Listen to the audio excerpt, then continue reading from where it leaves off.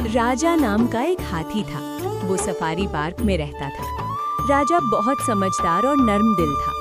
उसका एक दोस्त था जिसका नाम मोना था। मोना एक छोटी सी लड़की थी जो नाज़माबाद में रहती थी। ईद के दिन मोना अपने अम्मी अब्बू के साथ सफारी पार्क गई। वहाँ रंग बिरंगे गुब्बारे, झूले और आइसक्रीम वाले खड़े थे। मोना बहुत खुश थी।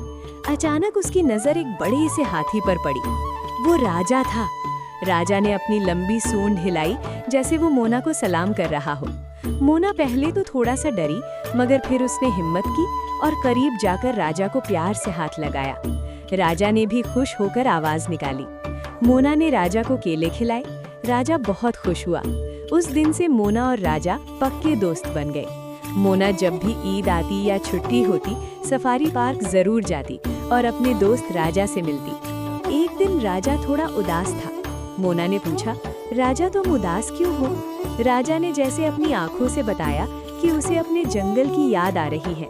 मोना ने उसे तसल्ली दी और कहा, मैं तुम्हारी दोस्त हूँ, तुम कभी अकेले नहीं हो।